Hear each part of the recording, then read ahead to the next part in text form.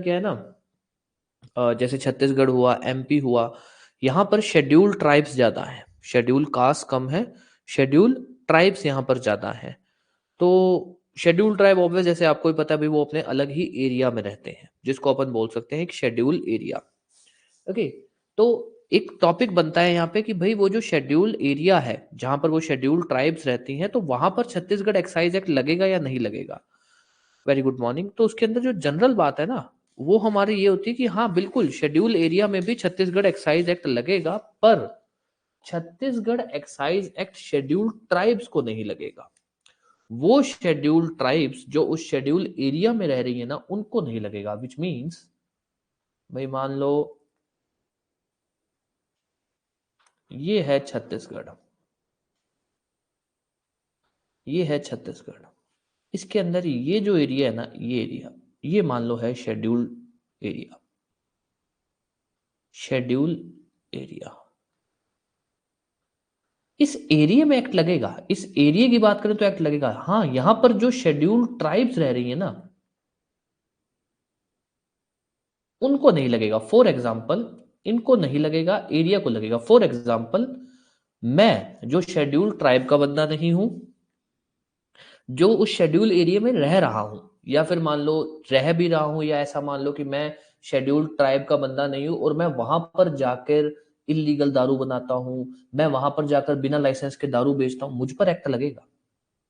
पर वो schedule tribe जो शेड्यूल एरिया में रह रहे हैं, वो लोग अगर कोई भी एक्ट करते हैं जो इस एक्ट के खिलाफ, जो छत्तीसगढ़ एक्साइज एक्ट के खिलाफ है। एक्ट का मतलब यह है कि भाई वो दारू बनाते हैं, वो दारू अपने पास रखते हैं, दारू मतलब कंज्यूम करते हैं, बेचना नहीं, बेच नहीं सकते हो आप, ठीक है।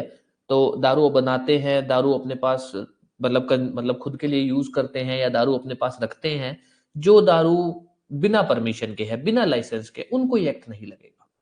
क्यों? क्योंकि अपने ने शुरू में एक बात पढ़ी थी कि जो शेड्यूल्ड ट्राइब्स है ना, उनके खुद के भी एक कल्चरल फेस्ट होते हैं, उनके खुद के कल्चर होते हैं, फेस्टिवल होते हैं, और वो लोग अपने आप को जो मेन स्ट्रीम सोसाइटी होती है उससे अलग रखते हैं। तो अगर वो अपने एरिया में मान लो अपने कल्चर या अपने फेस्ट के हिसाब से कोई दारू बनाते हैं, खुद के लिए यूज करते हैं, उसको एज ए बिजनेस के पर्पज से यूज नहीं कर रहे हैं, तब उनपे एक्ट नहीं लगेगा। तब एक उनके कल्चर को रिस्पेक्ट करते हुए, उनके कस्टम को रिस्पेक्ट करते हुए उनपे वो एक्ट नहीं लगेगा। ठीक है। तो अब आते हैं इस टॉपिक पे। ये टॉपिक कुछ इस तरह का है कि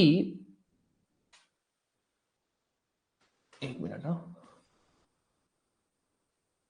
कहाँ गया, whether Chhattisgarh excise act apply to schedule area of Chhattisgarh. क्या छत्तीसगढ़ के शेड्यूल्ड एरिया को छत्तीसगढ़ एक्साइज एक्ट लगता है? इसको लेकर जो हमारे सेक्शन है, सेक्शन 61B से एरिया चालू होता है, 61B से लेकर 61F तक, ठीक है। 61B से लेकर 61F, जिसमें 61B तो बस बताता, डिफाइन करता है कि भाई शेड्यूल्ड एरिया क्या है, शेड्यूल्ड ट्राइब क्या है, ग्राम सभा क्या है, बस वो बेसिक देख लेना, ठीक है। अब आ जाइए, 61B डिफाइन करता है चीजों को, शेड्यूल्ड एरिया क्या है, शेड्यूल्ड ट्राइब क्या है, ग्राम सभा क्या है। ग्राम सभा को लेकर भी अपने बात पढ़ेंगे। इसके अंदर सबसे इंपॉर्टेंट जो है वो है 61C, 61D। 61C कहता है कि जो ये एक्ट है ये शेड्यूल्ड एरिया को लगेगा, शेड्यूल्ड एरिया को लगेगा। पर ये जो एक्ट है ये शेड्यूल्ड ट्राइब को, जो उस शेड्यूल एरिया में रह रही हैं,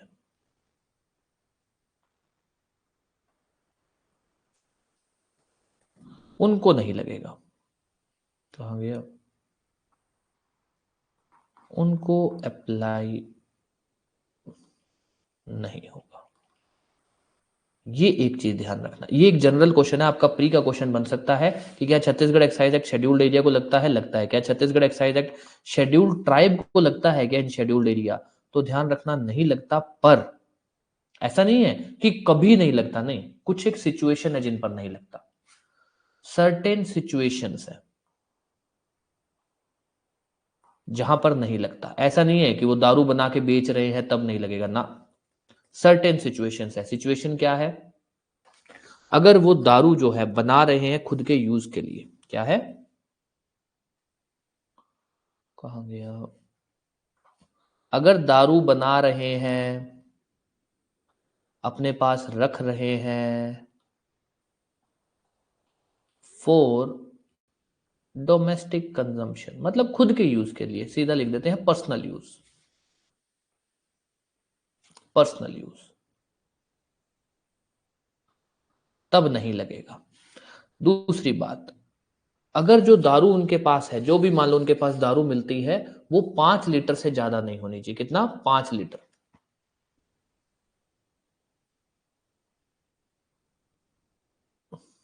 कहां जा रहा है मार्कर?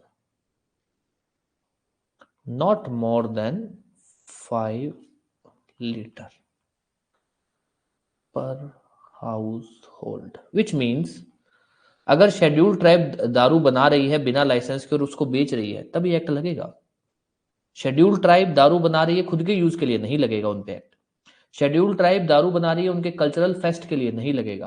पर कितना? एक घर में 5 लीटर से ज्यादा नहीं होनी चाहिए। अगर 5 लीटर से ज्यादा है तब ये एक्ट लगेगा। अभी तक कोई भी डाउट? यहां से क्वेश्चन आता है एक, क्या ये एक्ट शेड्यूल्ड एरिया को लगता है? लगता है। क्या ये एक्ट शेड्यूल्ड ट्राइब को लगता है? नहीं लगता। कब? ये 2 सिचुएशन है, इन सिचुएशन में नहीं लगेगा। अभी तक कोई भी doubt?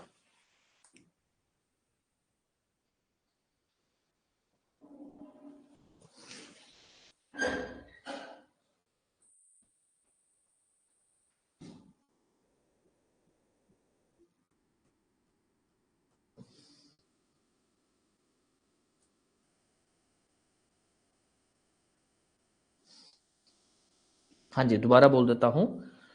Scheduled area, scheduled tribe दो चीजें होती हैं।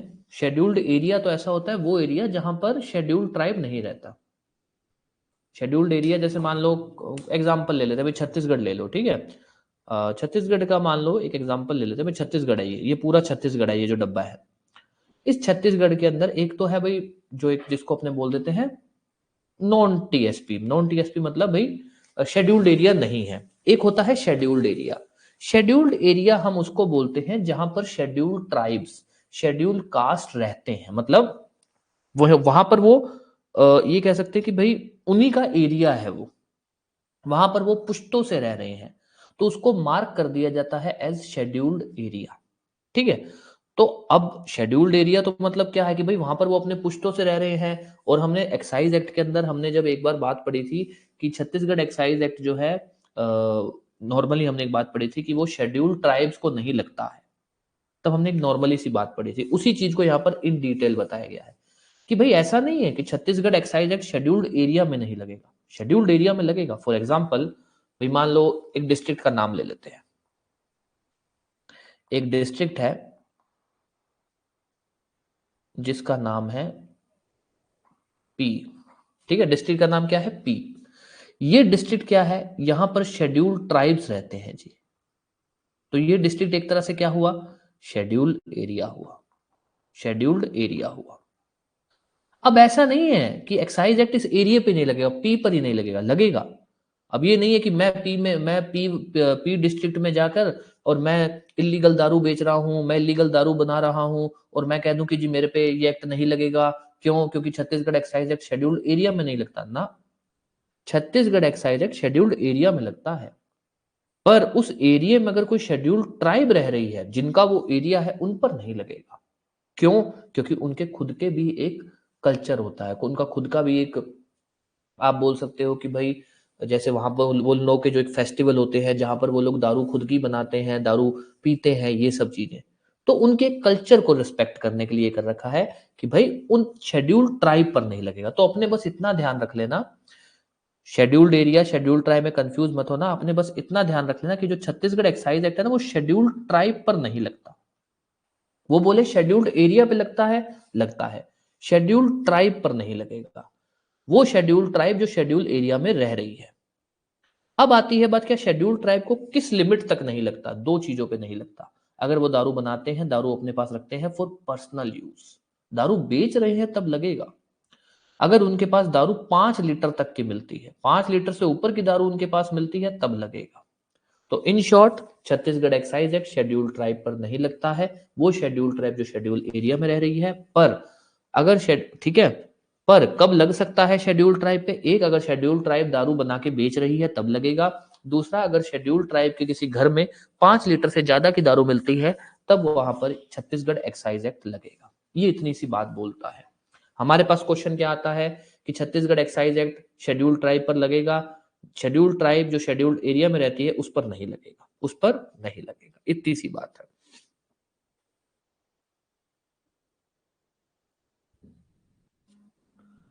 ठीक है, अब आ जाइए, इसको लेकर एक और बात है। जो ये शेड्यूल्ड एरियाज है ना, जहां पर ये शेड्यूल्ड ट्राइब रहती है, वहां पर एक्सक्लूसिव पावर जो है स्टेट गवर्नमेंट के पास नहीं है।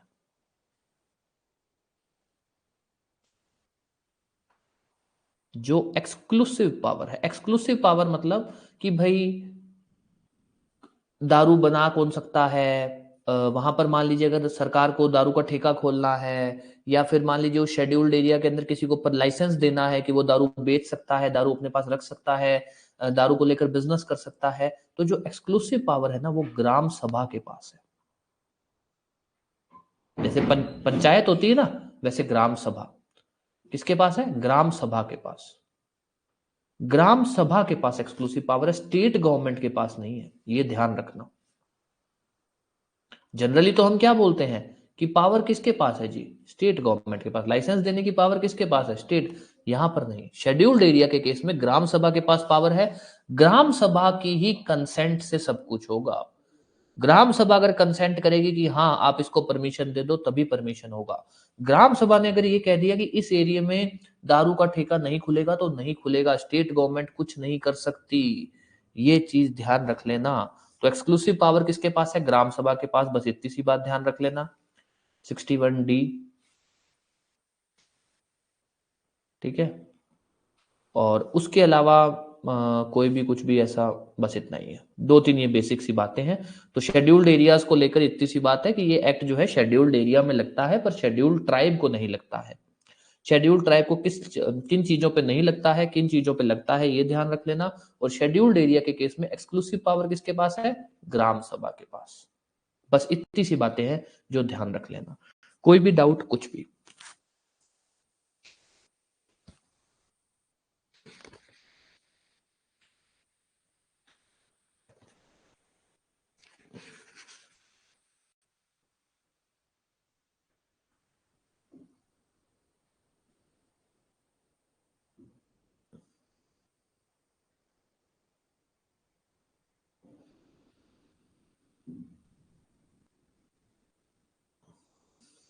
ठीक है, अब आ जाइए जो, जी कुछ पूछना आपको?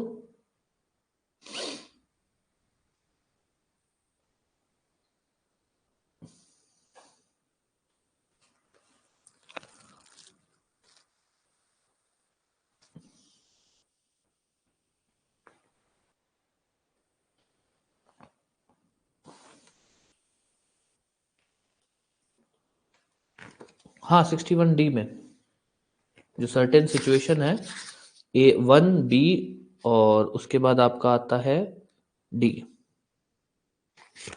आपने ने क्या लिखा? आपने कुछ गलत लिख दिया क्या? सही तो लिखा है 61D, है ना? 61D में है। मतलब इंपॉर्टेंट 61C और 61D ही है, उसके अलावा कुछ मैं बोल दूं भाई ये इंपॉर्टेंट है वो इंपॉर्टेंट है, ऐसा कुछ नहीं है। इंडेक्स, इस टॉपिक का इंडेक्स बेसिक देख लेना, पर यहां से इंडेक्स का क्वेश्चन नहीं आएगा। यहां से क्वेश्चन आएगा तो टॉपिक का क्वेश्चन आएगा, ये चीज ध्यान रख लेना। ठीक है, अब आ जाओ जो आपका मिसलेनियस वाला टॉपिक है, सेक्शन 62 से 69, इसका सिर्फ इंडेक्स देखना है। और जो बेसिक चीजें जो मैं आपको अभी बता दे रहा हूं, आप बस उतना ध्यान रख लेना। 62 से 69, सबसे पहले आ जाइए सेक्शन 62 पे। सेक्शन 62 स्टेट गवर्नमेंट को पावर देता है टू मेक रूल्स। ये क्या होता है जी? ऐसा होता है कि भाई एक्ट जो है ना, कोई भी एक्ट हो, वो सब कुछ नहीं कवर कर पाता। मान लो एक्ट ने बोल दिया कि लाइसेंस देंगे, या बिना लाइसेंस के आप दारू नहीं बना सकते हो। अब उसमें ये बातें दे बतानी है कि भाई लाइसेंस किसको मिलेगा, किसको नहीं मिलेगा, लाइसेंस के लिए एप्लीकेशन कैसे डलेगी, एप्लीकेशन का परफॉर्मा क्या होगा, ये सब बातें तो एक्ट में नहीं बोली हैं। या एक्ट के अंदर कोई प्रोविजन है जो प्रोविजन कंप्लीट नहीं है, उसको लेकर आगे कोई बातें बतानी है, तो that is called power to make rules. Act को इफेक्टिवली लागू करने के लिए रूल बनाए जाते हैं। किसके पास पावर है? State government. कभी क्वेश्चन आ सकता है, बस इतना क्वेश्चन आ सकता है कि भाई कौन सा सेक्शन जो है स्टेट गवर्नमेंट को पावर देता है टू मेक रूल्स? सेक्शन 62, 62, 63 बस एक साथ रख लेना, 63 नॉट इंपॉर्टेंट।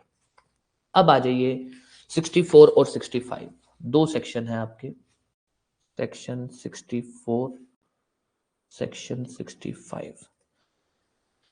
64, 65 वैसे तो दोनों सेक्शन क्या बोलते हैं? दोनों सेक्शन बात करते हैं रिकवरी ऑफ ड्यूज।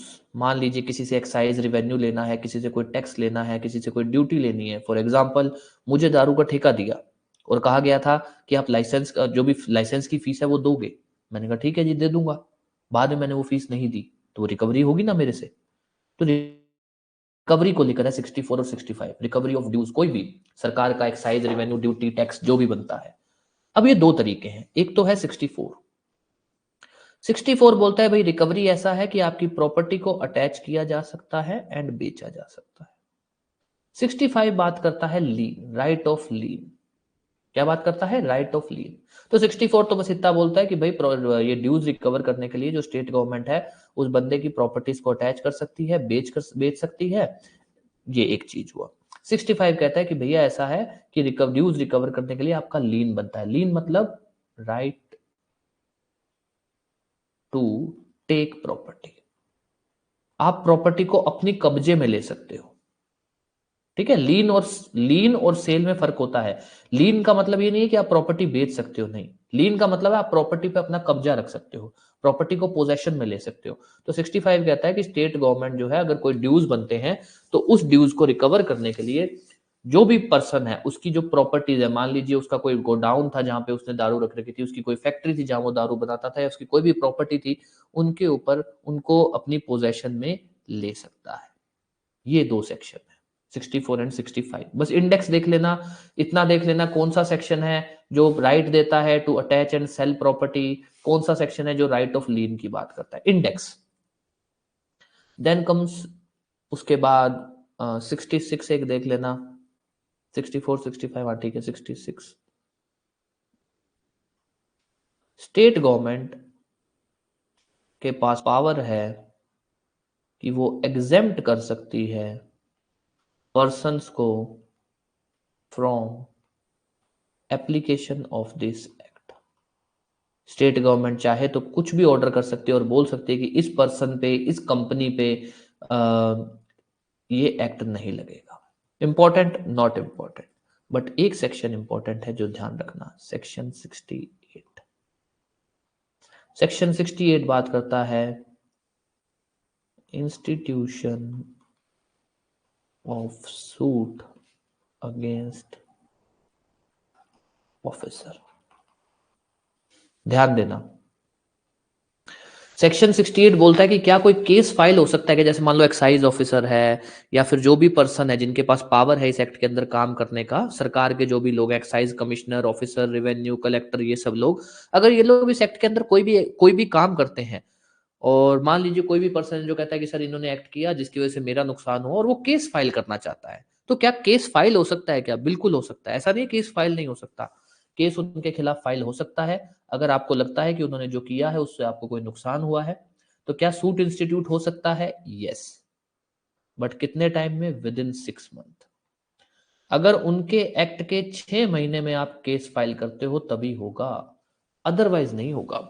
तो सेक्शन 68 ध्यान रख लेना, सेक्शन 68 ध्यान रख लेना कि सूट फाइल हो सकता है। तो एक बार रिवाइज कर लेते हैं। 62 स्टेट गवर्नमेंट को पावर देता है टू मेक रूल, 62, 63 दोनों एक बात बोलते हैं। 62 बोलता है रूल्स बनाने का, 63 कहता है जो आप रूल्स बनाओगे वो आप स्टेट लेजिस्लेचर के सामने रखोगे। 64 65 रिकवरी ऑफ ड्यूज, 64 में प्रॉपर्टी को अटैच करके बेच सकते हो, 65 में स्टेट गवर्नमेंट आपकी प्रॉपर्टी पे कब्जा कर सकती है। 66 जो है स्टेट गवर्नमेंट के पास पावर है कि वो लोगों को एग्जेम्प्ट कर सकती है कि इन लोगों पे, इन कंपनी पे ये एक्ट नहीं लगेगा। 68 जो सरकारी ऑफिसर है जो इस एक्ट के अंदर काम करते हैं उन पे केस फाइल हो सकता है, बिल्कुल हो सकता है, बट केस कितने टाइम में फाइल होना चाहिए? 6 महीने के अंदर अंदर। इंपॉर्टेंट सेक्शंस मार्क कर लेना, 62 64 65 68 और 69 भी है, 69 भी, कि भाई इस एक्ट, इस जो छत्तीसगढ़ एक्साइज एक्ट है उसने कौन कौन से एक्ट रिपील किए हैं। सेक्शन 69 रिपील के बारे में है। इसने मोटा मोटी 4 एक्ट को रिपील किया है जो शेड्यूल में बताए गए हैं। कितने एक्ट रिपील हुए हैं? 4 एक्ट रिपील हुए हैं जो शेड्यूल में। तो वो रिपील कौन कौन से एक्ट हुए ना, वो याद कर लेना। ये कुछ एक बेसिक चीजें हैं जो ध्यान रखना। अभी तक कुछ भी डाउट? क्योंकि अभी अपना एक इंपॉर्टेंट टॉपिक चालू होगा विच इज पनिशमेंट। पनिशमेंट को लेकर आपको मैं पनिशमेंट कैसे याद करनी है, किस तरह से पढ़ना है, वो सब बता दूंगा।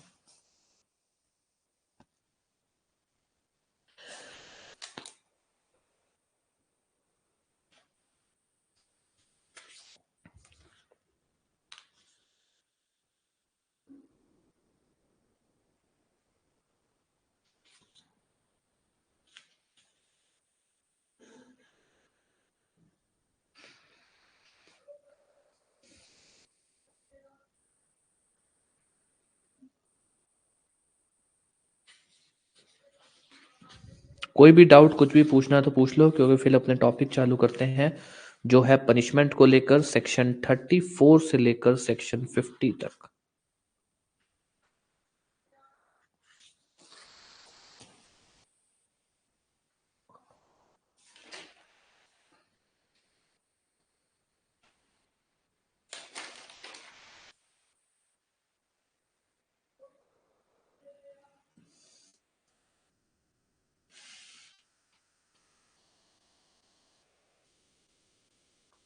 चलो भाई, अब आ जाओ पनिशमेंट। पनिशमेंट का आपका जो टॉपिक है, पनिशमेंट बोल दो, पेनल्टी बोल दो, ये जो टॉपिक है ये चलता है सेक्शन 34 से लेकर 50 तक। अब इसमें ध्यान देना, इसको कैसे पढ़ोगे आप? पहले इसको सिर्फ ही सिर्फ पढ़ोगे, कहाँ गया, सेक्शन 34 से लेकर 38 तक, और कुछ नहीं देखोगे, क्योंकि पनिशमेंट इतनी ही है। उसके बाद जो बातें हैं ना वो मतलब छोटी मोटी कोई ऐसी पनिशमेंट है, या फिर जो मोटी मोटी मतलब पनिशमेंट के अलावा बातें, लाइक प्रॉपर्टी कब सीज हो सकती है, आपकी प्रॉपर्टी को कौन सीज कर सकता है, ऑफेंस कंपाउंड हो सकता है नहीं हो सकता। पनिशमेंट को लेकर जो आने लायक क्वेश्चन है वो यहां से आते हैं, 34 से लेकर 38 तक। अब आ जाओ टॉपिक पे, कैसे याद करेंगे? एक trick, M A P, map पर बार है एट पब्लिक प्लेस। भाई एक मैप, गूगल मैप जैसे है, तो वैसे मैप पर बार शो हो रहा है और वो बार कहां पर है? पब्लिक प्लेस में। ठीक है, मैप पर बार शो हो रहा है, वो कहां पर है? पब्लिक प्लेस में। अब आ जाओ कैसे याद करेंगे। M, manufacture, manufacture. A, alter. P, possession. Bar, common drinking house, common drinking house bar है। इसको लेकर कई सेक्शन है, इसके अंदर आपका 36A से बात ये चालू होती है। बार को लेकर जो सेक्शन है ना, वो आपके मोटा मोटी 36A से चालू हो जाते हैं, जिसके अंदर 2-3 सेक्शन एक साथ चलते हैं, 36A, 36B, 36C। ठीक है, अभी अपने इसमें देख लेंगे। फिर आपका D और E आ गया, and then public place. Public place को लेकर है 36F, विच इज दारू पीना एट पब्लिक प्लेस, 36F। उसके बाद 2 सेक्शन है, एक सेक्शन 37 जो बोलता है पनिशमेंट फॉर ऑफेंस जो कहीं नहीं है। अगर कोई ऐसा एक्ट होता है जिसके बारे में कहीं भी ऑफेंस नहीं बताया गया है, तो हम उसको 37 में लेते हैं। और 38 बात करता है पनिशमेंट फॉर सेक्शन 22, 23 इंपॉर्टेंट ही है इसमें, उसको अगर आप कॉन्ट्रावेन करते हो, मतलब कि आपने 21 साल से कम आदमी को दारू बेच दी, आपने 21 साल से कम आदमी को नौकरी पे रख रखा है या वुमेन को नौकरी पे रख रखा है, ऐसा कुछ भी, तो ये कुछ एक सेक्शंस है जो इंपॉर्टेंट है। कैसे याद करोगे? सेक्शन 34 से लेकर सेक्शन 38 पनिशमेंट को लेकर है, 34 मैन्युफैक्चर, मैप पर बार है 34 मैन्युफैक्चर, 35 अल्टरेशन, क्या है अल्टरेशन अभी देख लेंगे, 36 पोजेशन, 36 के बाद आता है 36A, ठीक है। 36A के अंदर है 36A से लेकर 36C तक, 36A से लेकर 36C तक बार को लेकर है। 36A बोलता है कि अगर कोई आदमी इलीगल बार खोलता है, 36B बोलता है बार के अंदर आप दारू पिए हुए देखे मिलते हो, 36C बोलता है कि अगर कोई आदमी अपनी लैंड का इलीगल यूज होने देता है। फिर उसके बाद हम डी बॉन्ड को लेकर, डी आएगा बॉन्ड को लेकर एक बातें पढ़ेंगे, वो अपने आगे देख लेंगे। 36F बात करता है पब्लिक प्लेस में अगर आप दारू पीते हो। 37 पनिशमेंट फॉर ऑफेंसेस जो कहीं नहीं बताए गए हैं। 38 इज पनिशमेंट अगर आप सेक्शन 22 या 23 को कंट्रोवेंट करते हो, मतलब उसका अगर आप इंफ्रिंजमेंट करते हो। सेक्शन 22 है कि भाई आप 21 साल से कम आदमी को दारू बेचोगे नहीं, वुमेन को सॉरी 21 साल से कम आदमी को हाँ सही है, 21 साल से कम आदमी को दारू नहीं बेचोगे, ठीक है। और 23 बात करता है कि भाई आप एम्प्लॉय किस किस को कर सकते हो, किस किस को नहीं, ये कुछ एक बातें हैं।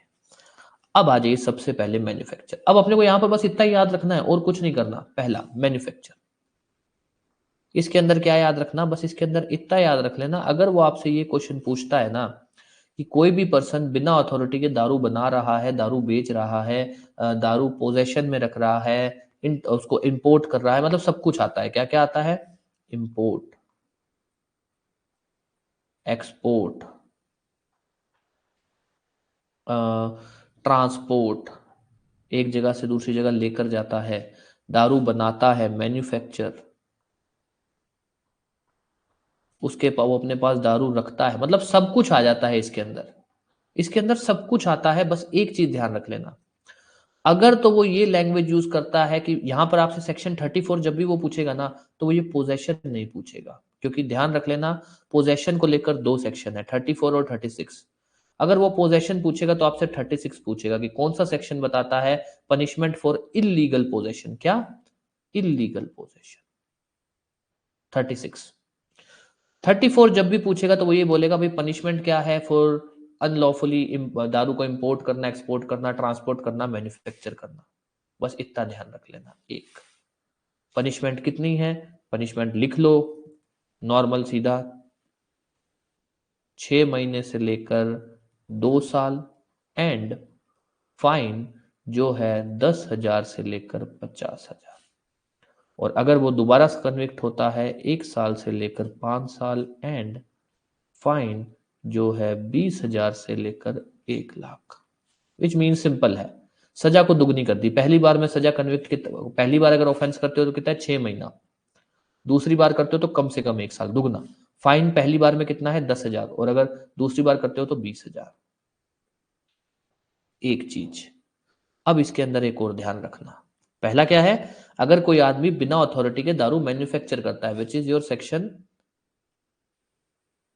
34। एक चीज ये कब लगेगा, ये नॉर्मल सिचुएशन में। एक इसका दूसरा पार्ट है जो कब लगता है कि अगर उस पर्सन के पास 5 लीटर से ज्यादा दारू मिलती है, उसने 5 लीटर से ज्यादा की दारू बनाई, इंपोर्ट की, एक्सपोर्ट की, ऐसा कोई केस बन रहा है, उस केस में उसको सजा होगी, मिनिमम सजा है 1 साल से लेकर 3 साल, फाइन है 25,000 से लेकर 1 लाख। दूसरा 2 साल से लेकर 5 साल, फाइन है 50,000 से लेकर 2 लाख। एक चीज बता देता हूं इसको याद करने का तरीका। पहला मैन्युफैक्चर के लिए क्या है, मैन्युफैक्चर में सिंपल याद रखना कि अगर कोई आदमी अनलॉफुली मैन्युफैक्चर करता है तो उसको कम से कम 6 महीने की सजा होगी और फाइन होगा 10,000 का, बस इतना याद करना। और अगर उसके पास 5 लीटर से ज्यादा की दारू मिलती है तो कम से कम 1 साल की सजा होगी और फाइन होगा 25,000। और उसी को दुगना कर देना कि भाई अगर पहली बार ये केस बन रहा है, 5 लीटर से कम की दारू है और पहली बार कन्विक्ट हो रहा है तो ये, और अगर वो दूसरी बार कन्विक्ट हो रहा है तब ये लगेगा। बस ऑफेंस पनिशमेंट को दुगना कर देना, सेम यहां भी पनिशमेंट को दुगना कर देना, इतनी सी बात है इसके अंदर। तो सेक्शन 34, अगर कोई आदमी अनलॉफुली दारू बनाता है, इंपोर्ट करता है, एक्सपोर्ट करता है, उसको ये पनिशमेंट होगी। अब आ जाइए 35।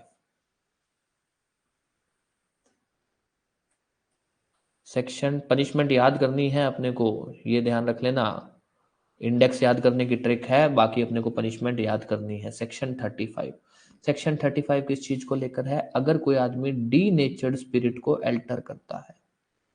ये क्या है जी? वो क्या करता है कि कोई ऐसी दारू है जो लोगों के पीने के लिए सही नहीं है, वो उस दारू को मिक्स करके या उस दारू को सही दारू के साथ मिक्स करके बेचता है।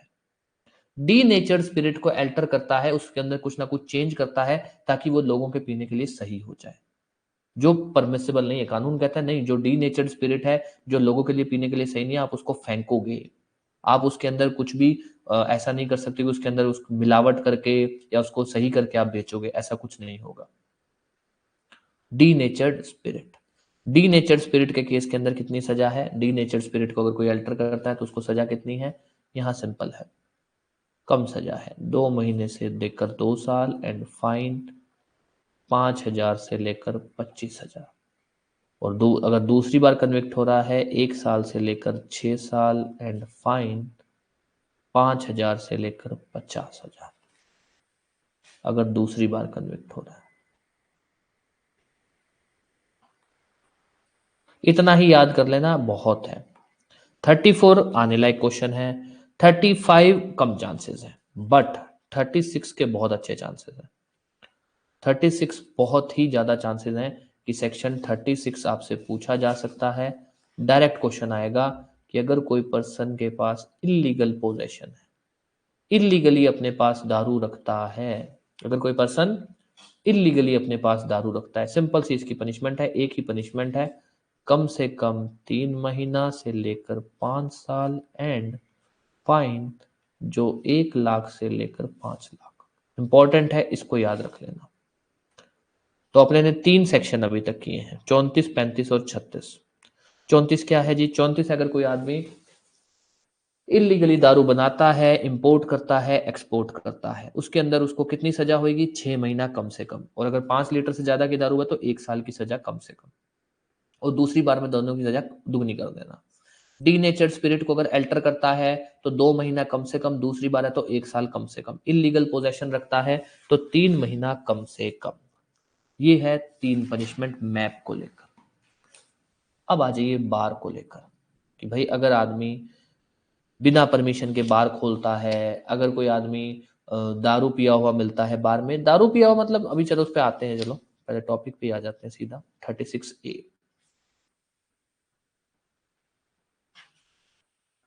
बार विदाउट अथॉरिटी। बार का दूसरा नाम क्या है? Common drinking house. Common drinking house कि अगर कोई आदमी बार खोलता है बिना अथॉरिटी के, सिंपल सा है कि भाई आपको 1 साल तक की सजा हो सकती है, फाइन हो सकता है 5,000 से लेकर 25,000 और दोनों, और अगर आप दूसरी बार कन्विक्ट पाए जाते हो तो दुगना लिख देना, सीधा दुगना कर देना इसको, 10,000 से 50,000 और बोथ, इसमें सीधा दुगना है। तो आप बस इतना याद रख लेना कि अगर कोई आदमी बिना परमिशन के बार खोलता है तो उसको कितनी सजा होगी? 1 साल तक की सजा होगी, बस इतना देख लेना, 1 साल तक की सजा होगी। 36A। Then comes 36B। अब इस पे ध्यान देना, हालांकि पूछे जाने के चांसेस कम है। 36B is found drunk at bar. Actually permissible नहीं है, वहां पर आपको पकड़ा जाता है। आप जो बार है, जो बिना परमिशन के खुला हुआ बार है, आप वहां पर दारू पिए हुए पाए जाते हो, तो आप दारू, ऐसा नहीं कि दारू पीना वो है कि भाई बार में तो दारू पी सकते हैं, उसमें कैसे पनिश कर रहे हो, नहीं। ऐसी कोई जगह पे आप दारू पी रहे हो जहां पे दारू पीना परमिसिबल नहीं है, वहां पर कितनी सजा है? सिंपल सी सजा है, fine up to 1,000, fine up to ₹1,000, बस इतना सा है इसके अंदर। एंड देन आता है 36C। एक मिनट यार, ओके दोबारा बता देता हूं। अपने ने 3 सेक्शन पढ़े पहले, 34, 35, 36। 34 बात करता है दारू को बिना अथॉरिटी के मैन्युफैक्चर करना, जिसमें सिर्फ इतनी सी बात रखना कि कम से कम 6 महीने की सजा होगी। ट्रिक कैसे बनाओगे? कम से कम 6 महीने की सजा होगी, उसी को बना लेना। कम से कम 6 महीने की सजा होगी, और अगर 5 लीटर से ज्यादा की दारू मिलती है तो कम से कम 1 साल की सजा होगी, बस। और अगर दूसरी बार कन्विक्ट होता है, सजा को दुगनी कर देना, बस। दूसरा, अगर कोई आदमी डीनेचर्ड स्पिरिट को अल्टर करता है तो कम से कम 2 महीने की सजा होगी, और अगर दूसरी बार कन्विक्ट होता है तो 1 साल। दूसरी बार वाली कन्विक्शन ना बहुत रेयर पूछी जाएगी, आपसे डायरेक्ट पूछी जाएगी। अगर कोई आदमी इलीगली उसके पास दारू मिलती है, बिना परमिशन के वो अपने पास दारू रखता है, तो कम से कम 3 महीने की सजा। कोई आदमी बिना परमिशन के बार खोलता है, कम से कम 1 साल की सजा, सॉरी अप टू 1 ईयर। ठीक है, कोई आदमी ऐसी जगह जहां पर दारू नहीं पी सकते हो वहां पर मिलता है दारू पिया हुआ, तो उसके ऊपर फाइन लगेगा अप टू 1000। अब आ जाओ एक जो आया हुआ है पहले भी, 36C। अगर कोई भी पर्सन जो उस प्लेस का लैंडलॉर्ड है, मालिक है, लैंडलॉर्ड है, मालिक है, और वो अलाउ करता है अपनी प्लेस को for use of offence under section 34, 35, 36। क्या है वो? कि भाई वो बंदा ना, मान लो मेरी जगह है, मैं खुद दारू नहीं बना रहा हूं, मैं अपनी जगह किसी ऐसे बंदे को देता हूं जो दारू बनाना चाहता है जानबूझ के। वो कहता है सर मैं इलीगली दारू बनाना चाहता हूं, मैं कहता हूं मेरी जगह पे बनाओ, मेरी जगह है, मैं अपनी जगह को किसी को दे रहा हूं ताकि वो 34, 35, 36 जो भी ऑफेंसेस है, सिंपल याद रखना, लैंडलॉर्ड को पनिश किया जा सकता है अगर वो अपनी जगह को किसी को लीज पे देता है, और ये जानते हुए कि उसकी जगह पे कुछ ना कुछ इलीगल होगा रिलेटिंग टू एक्साइज एक्ट, तो उसको भी सजा हो सकती है कितनी?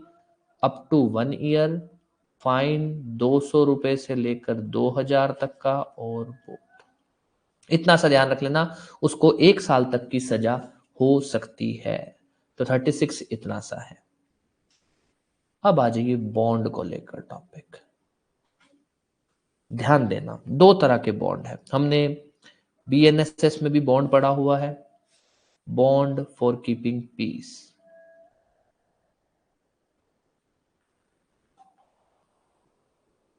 Bond for good behaviour. हमने ये टॉपिक बीएनएसएस में भी पढ़ा हुआ है कि कोर्ट अगर किसी को कन्विक्ट करती है तो उसको बोल सकती है कन्विक्शन की सजा पास करते टाइम कि आप बॉन्ड देंगे for keeping peace. Bond for good behaviour, court को लगता है कि कोई पर्सन कोई ऑफेंस कर सकता है, तो मैजिस्ट्रेट को लगता है तो वो उसको बोल सकता है कि आप बॉन्ड दीजिए फॉर गुड बिहेवियर, कि आप कुछ गड़बड़ नहीं करेंगे। तो ये बॉन्ड इस एक्ट में भी लिया जा सकता है। कौन से सेक्शन में लिया जाएगा? बॉन्ड फॉर कीपिंग पीस जो है वो है 36D में, और बॉन्ड फॉर गुड बिहेवियर है 36E में। 2 है। तो सबसे पहले आते हैं 36D। 36D के अंदर ध्यान रखना, बॉन्ड फॉर कीपिंग पीस कब लिया जा सकता है? Bond for keeping piece,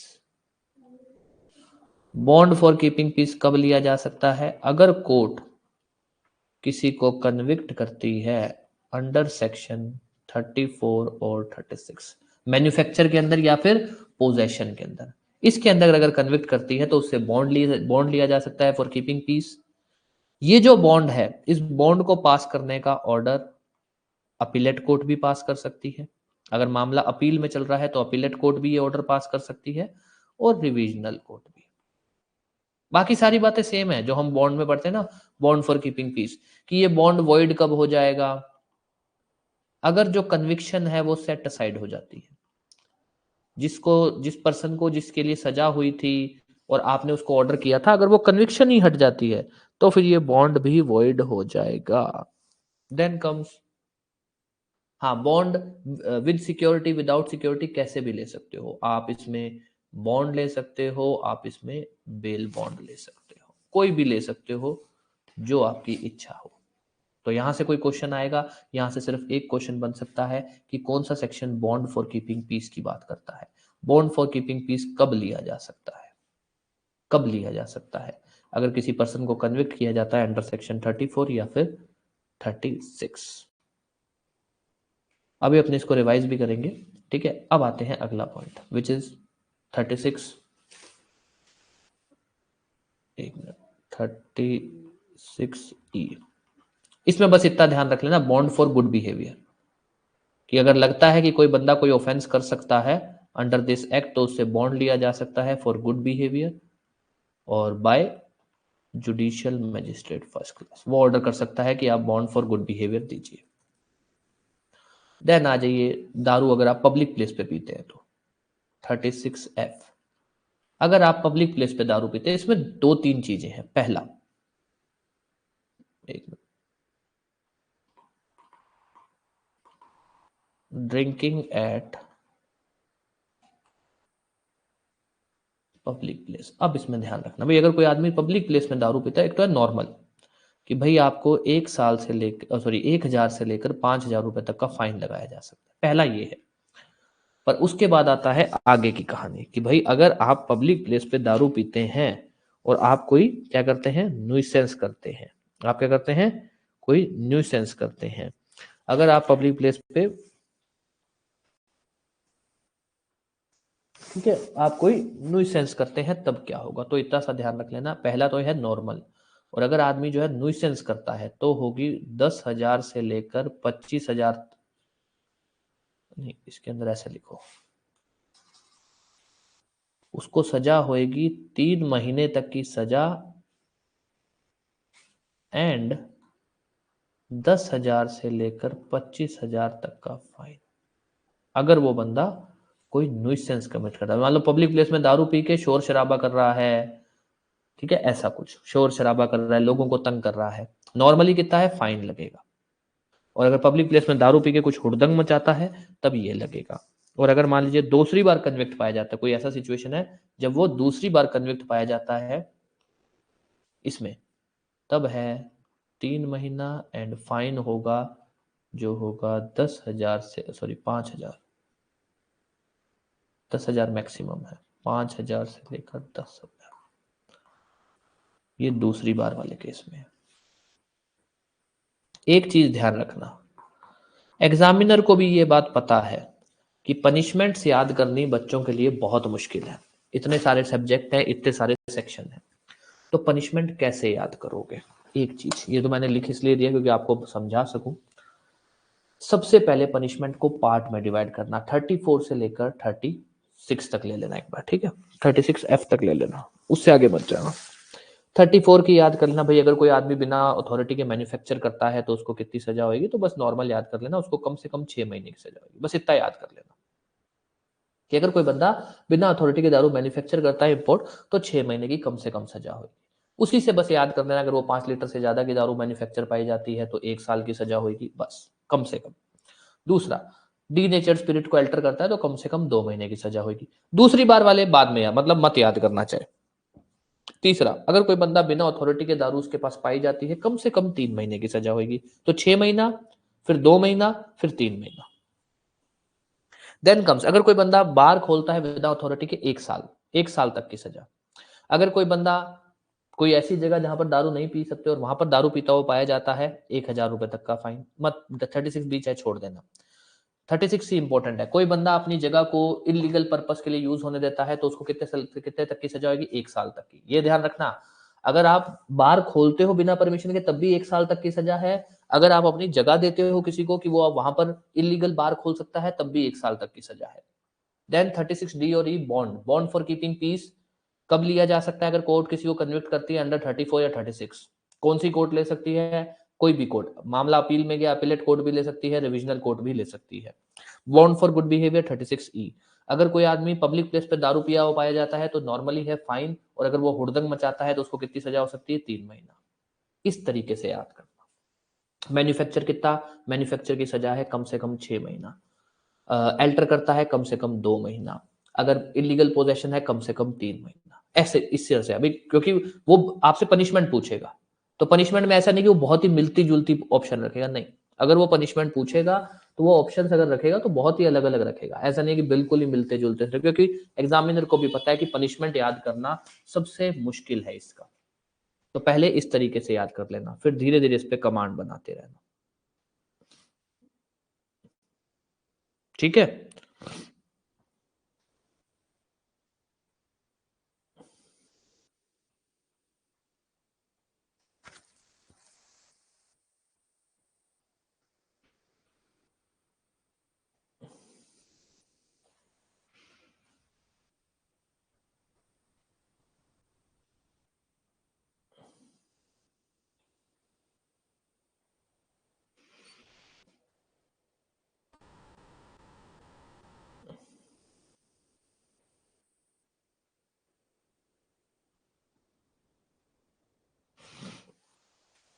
okay, अब अपने बाकी का बचा हुआ पेनल्टी वाला और एक दो अमेंडमेंट वाले वो अपने कल करेंगे। दोबारा बता रहा हूँ भाई, माइनर लॉज के अंदर ऐसा है, मैं आपको चीज़ें सिर्फ सिंपल करके दे सकता हूँ। मैं ये बोलूँ कि भाई मैं आपको चीज़ें रटवा सकता हूँ, वो आपको ही करना पड़ेगा।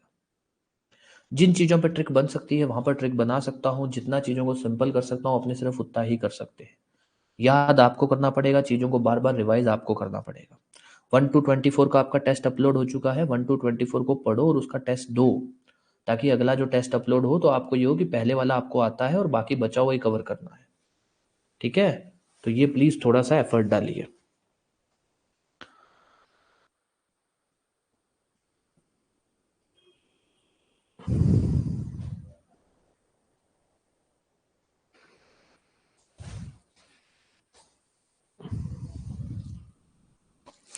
इसके बाद अपने कोर्ट फीस पढ़ेंगे। पहले ना अपने जो इजी इजी सब्जेक्ट है ना, जो छोटे छोटे, पहले वो पढ़ेंगे, जैसे कोर्ट फीस हो गया, रजिस्ट्रेशन हो गया, क्योंकि लैंड रेवेन्यू कोड थोड़ा लेंदी चलेगा।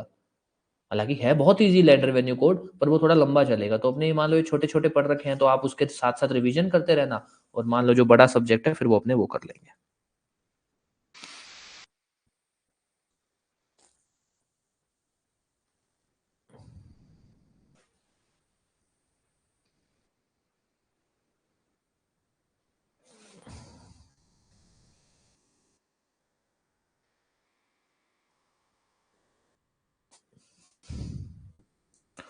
करंट अफेयर्स मतलब जो स्टैटिक जीके है उसके आपको नोट्स देने चालू कर देंगे अब अपने, हार्डली 1 तारीख से चालू कर देंगे।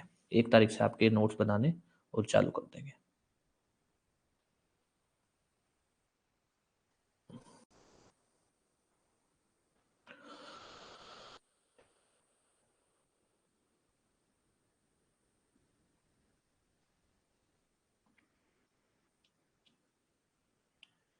ठीक है, चलिए भाई, okay then, best of luck, thank you. बाकी शाम को अपने क्लास करते हैं।